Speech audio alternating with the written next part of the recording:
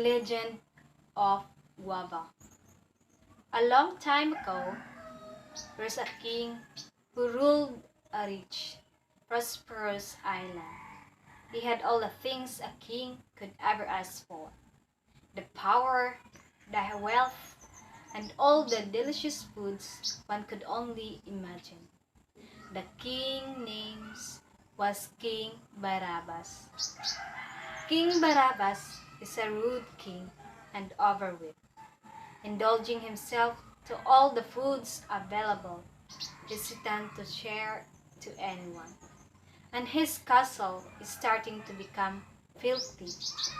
He would spend most of his time sitting and eating with his bare hands.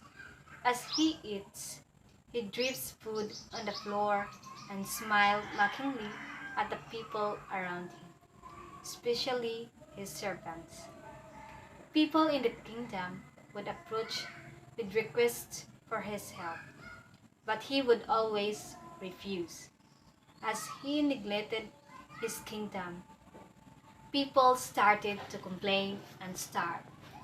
After some time, an old hunchback woman showed up at the castle begging for food while the king was eating. The old lady asked for food as she was starving. "Go away! I don't have anything to give. Can't you see I'm eating?" said the irritated king. "Please, my king," begged the old woman.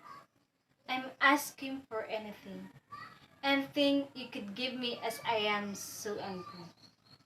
Even a little piece of bread or food would do." "Get out at once. You disgust me," the king belittled the old beggar.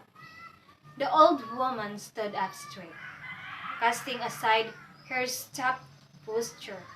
"I've heard much about you and how your kingdom is suffering." The tone of her voice had changed.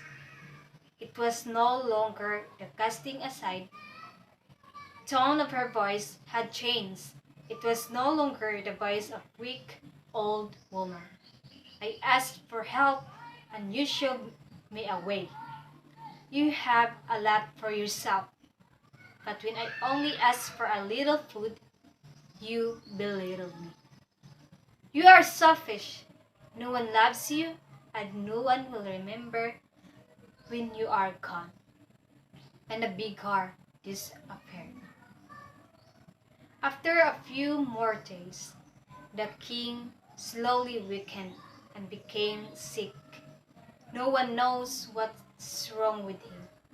He got weaker and weaker and lost much weight. He looked older than his age. Soon after that, the king died. As unfortunate and unexpected as it was, no one cried and nobody showed up at the king's burial. He died alone. And where the king was buried, his people noticed a strange plant growing, a plant they had never seen before. The plant soon grew into a tree, which bore rounded fruits that turned yellowish when ripe. People also noticed that the fruit seemed to have a crown as it develops, which reminded them of their selfish, arrogant king.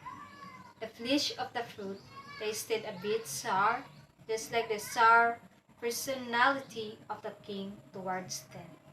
The people learned to eat the fruit, which helped them with starvation.